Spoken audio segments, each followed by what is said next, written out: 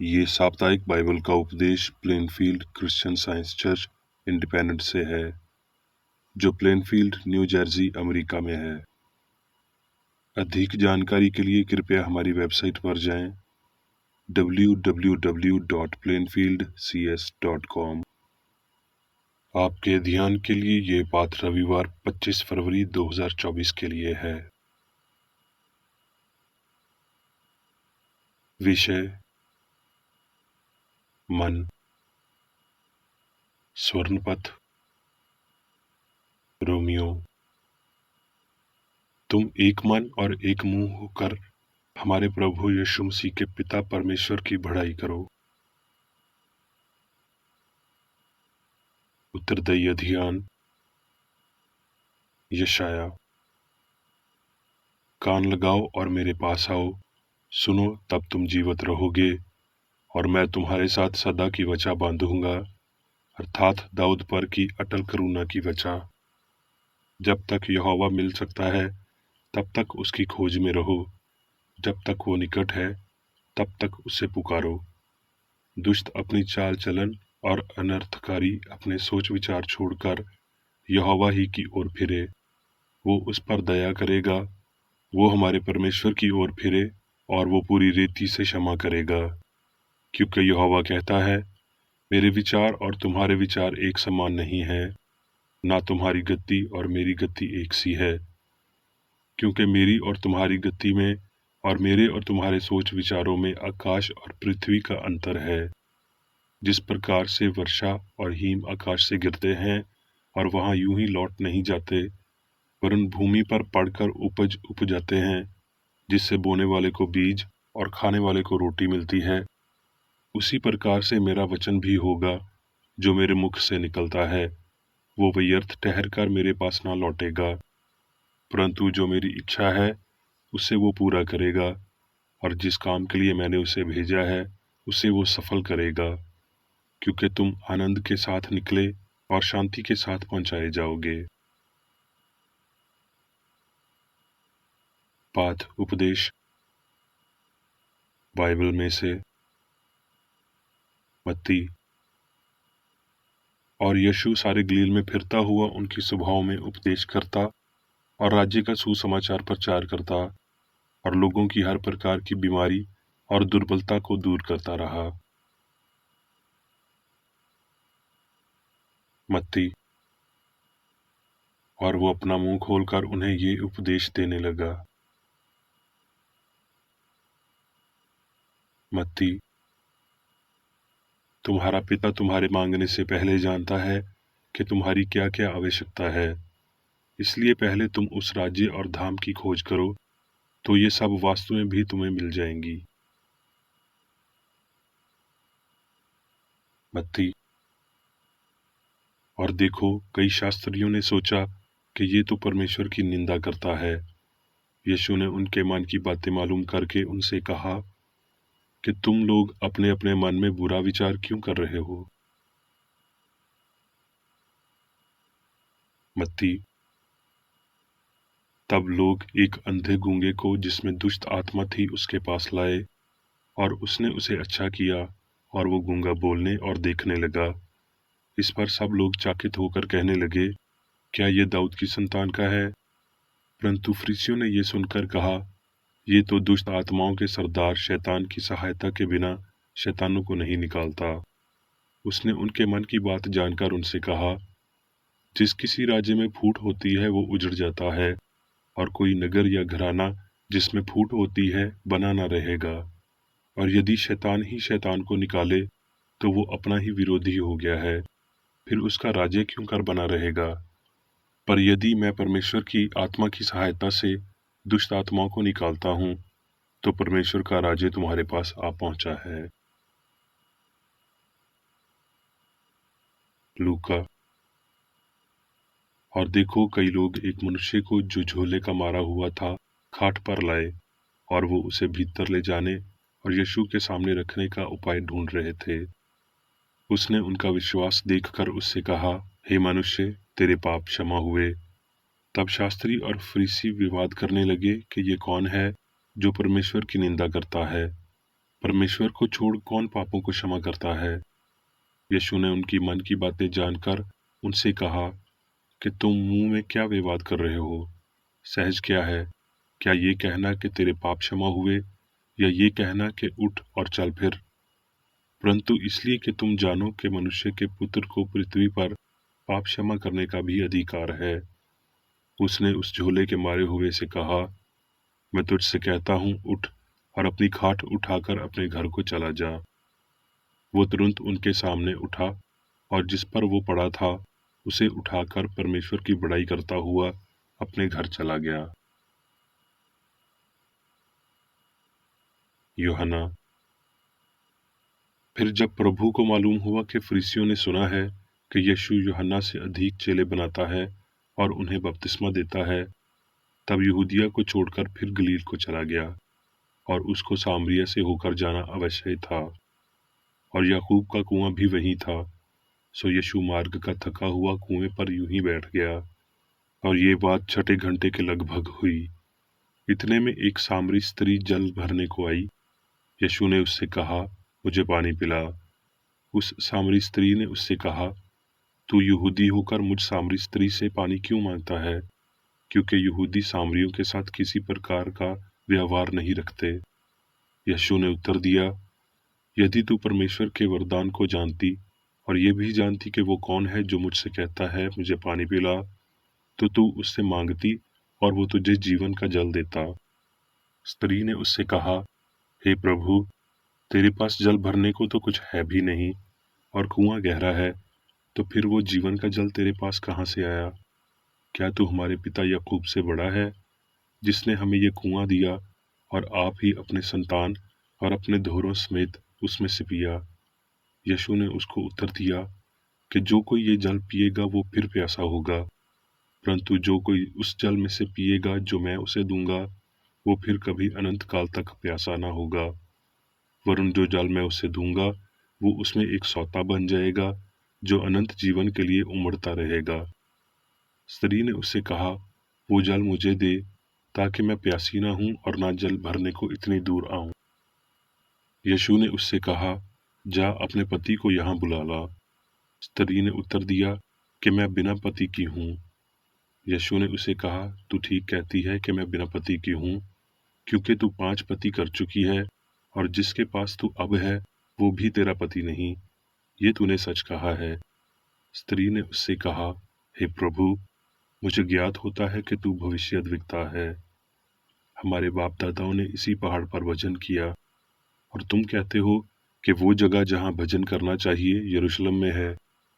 यीशु ने उससे कहा, हे नारी, मेरी बात की प्रतीति कर कि वो समय आता है कि तुम ना तो इस पहाड़ पर पिता का भजन करोगे, ना यरूशलेम में, परंतु वो समय आता है, वरुण अब भी है, जिसमें सच्चे भक्त पिता का भजन आत्मा और सच्चाई से करेंगे, क्योंकि पिता अपने लिए ऐसे ही भजन करने वालों को ढूंढता है।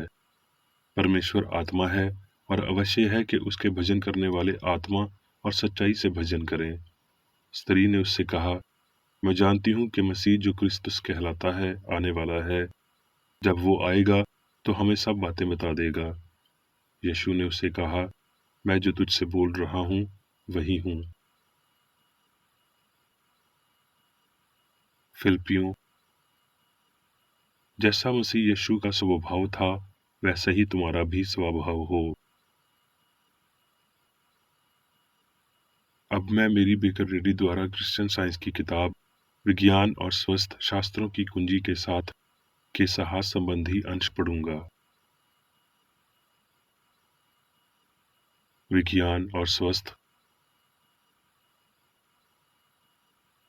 केवल एक ही मन है, और ये सदैव मौजूद शक्तिमान मन मनुष्य द्वारा प्रतिबिंबित होता है और पूरे ब्रह्मांड को नियंत्रित करता है।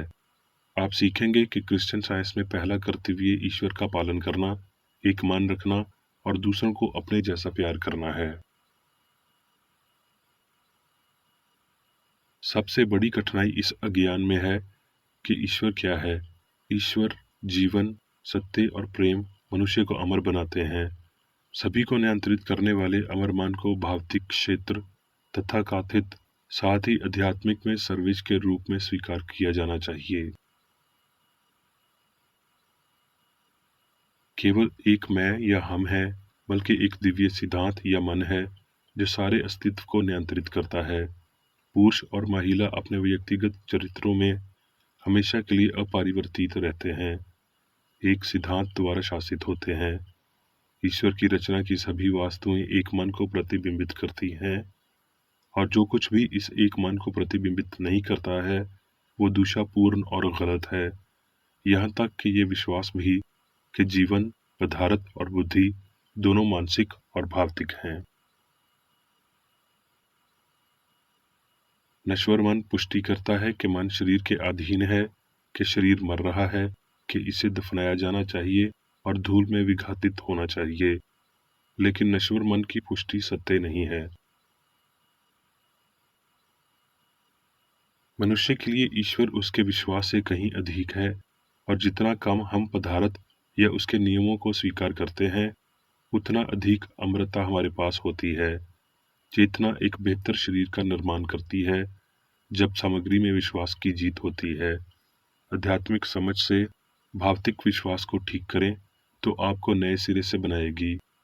आप फिर से ईश्वर को नाराज करने के अलावा कभी नहीं डरेंगे, और आप कभी भी ये विश्वास नहीं करेंगे कि हृदय या शरीर का कोई भी हिस्सा आपको नष्ट कर सकता है। सृष्टि के विज्ञान को जानते हुए, जिसमें सब कुछ मन और उसके विचार हैं, यीशु ने अपने साथी देशवासियों के भौतिक विचारों को फटकार लगाई। तुम आकाश का लक्षण देखकर भेद बता सकते हो, पर समूह के चिन्हों का भेद नहीं बता सकते। इंद्रियों की वास्तुओं पर ध्यान केंद्रित करने की अपेक्षा हमें ईश्वर के आध्यात्मिक विचारों को समझने की कितनी अधिक कोशिश करनी चाहिए। आत्मा की लय को समझने और पवित्र होने के लिए विचार विशुद्ध रूप से आध्यात्मिक होना चाहिए। मसीह अच्छाई को व्यक्त करने वाला सच्चा विचार है। मानव चेतना को बोलने वाले मनुष्यों के लिए ईश्वर का दिव्य संदेश है। मसीह निराकार आध्यात्मिक है। हाँ, दिव्य छवि और समानता, इंद्रियों के भ्रम को दूर करने वाला मार्ग, सत्य और जीवन, बीमारों को ठीक करने वाला और अशुद्ध आत्मा को निकालने वाला, पाप, बीमारी और मृत्यु को नष्ट करने वाला। जैसा कि पौलुस कहता है, परमेश्वर एक ही है, और परमेश्वर और मनुष्यों के बीच में भी एक ही बिचवी है, अर्थात मसीह यीशु जो मनुष्य है। भगवान मनुष्य सहित ब्रह्मांड का निर्माण और संचालन करता है। ब्रह्मांड आध्यात्मिक विचारों से भरा है जिसे वो विकसित करता है, और वो मन का आज्ञाकारी है जो उन्हें बनाता है। नश्वर मन आध्यात्मिक को भौतिक में बदल देगा, और फिर इस त्रुटि की नश्वरता से बचने के लिए मनुष्य की मूल सब को पुनर्प्राप्त करेगा। ईश्वर के स्वयं की छवि में बनाए गए नश्वर अमर की तरह नहीं है, लेकिन अनंत आत्मा सभी होने के नाते नश्वर चेतना वैज्ञानिक तथ्य के लिए अंतम पैदावार होगी और गायब हो जाएगी, और सही और हमेशा के लिए होने का वास्तविक अर्थ प्रकट होगा। वास्तविक विचारों को भ्रम से कैसे अलग किया जा सकता है? प्रतीक की उत्पत्ति सीखकर। विचार दिव्य मन से निकले हुए हैं। मस्तिष्क या पदार्थ से उत्पन्न होने वाले विचार नश्वर मन की शाखाएं हैं। वो नश्वर भौतिक विश्वास हैं। विचार आध्यात्मिक, सामंजस्यपूर्ण और शाश्वत हैं। हमारे गुरु ने मानव जाति के विचारों को आसानी से पढ़ लिया, और इस अंतर्दृष्टि ने उन्हें उन विचारों को सही ढंग से निर्देशित करने में सक्षम बनाया। हमारे गुरु ने नश्वर मन को वैज्ञानिक आधार पर मन की सर्वव्यापी उपस्थिति के आधार पर पढ़ा।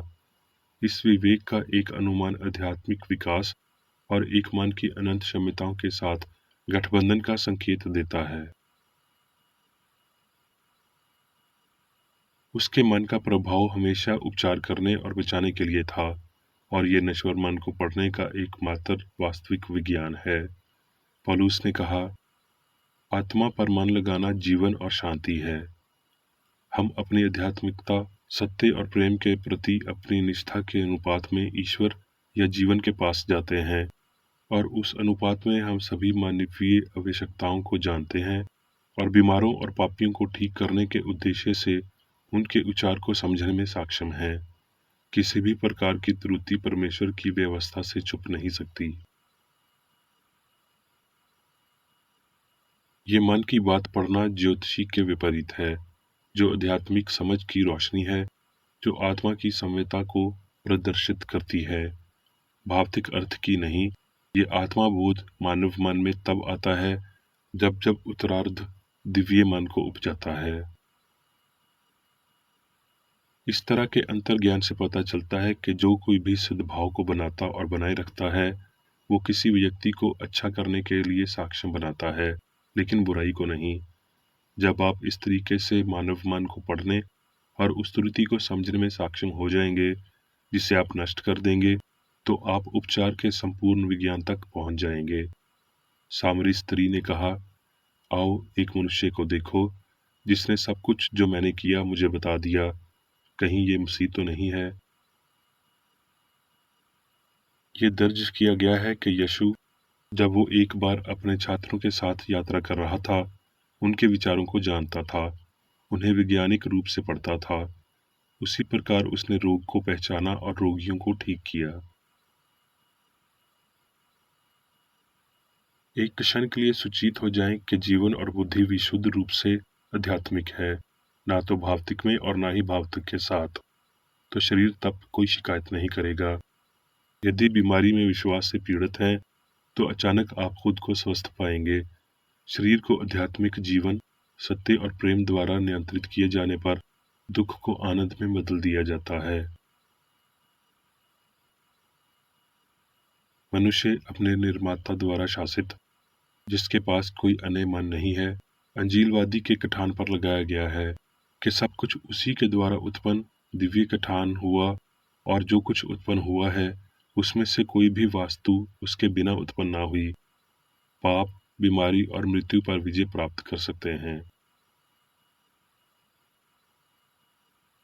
अब मैं मेरी बेकर एडी द्वारा चर्च मैनुअल में दिए गए 3 दैनिक कर्तव्यों को पढ़ूंगा। दैनिक प्रार्थना। प्रत्येक दिन प्रार्थना करने के लिए इस चर्च के प्रत्येक सदस्य का कर्तव्य होगा, तुम्हारा राज्य आए, ईश्वरी सत्य, जीवन और प्रेम के शासन को मुझ में स्थापित कर और मुझ पर शासन कर, और तेरा वचन सभी मनुष्यों के सुनने को समर्थ कर सकता है और उन पर शासन कर।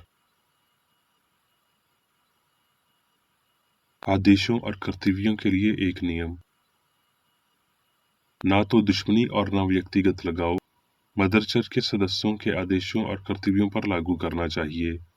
विज्ञान में दिव्य प्रेम ही मनुष्य को नियंत्रित करता है, और एक क्रिश्चियन विज्ञानी प्यार की मीठी सुविधाओं को दर्शाता है। प्यार में डांटने पर, सच्चा भाईचारा, परोपकार और क्षमा में। इस चर्च के सदस्यों को प्रतिदिन ध्यान रखना चाहिए और सभी बुराई दूर करने, भविष्यवाणी, न्याय करने, निंदा करने, परामर्श देने, प्रभावित करने या गलत तरीके से प्रभावित होने से बचने के लिए प्रार्थना करनी चाहिए। कर्तव्य के प्रति सतर्कता। इस चर्च के प्रत्येक सदस्य का यह कर्तव्य होगा कि वो प्रतिदिन आक्रामक मानसिक सुझाव से बचाव करे और भूलकर भी ईश्वर, नेता और मानव जाति के प्रति अपने कर्तव्य की उपेक्षा नहीं करनी चाहिए। उनके कामों से उन्हें आंका जाएगा और वो उचित या निंदनीय होगा।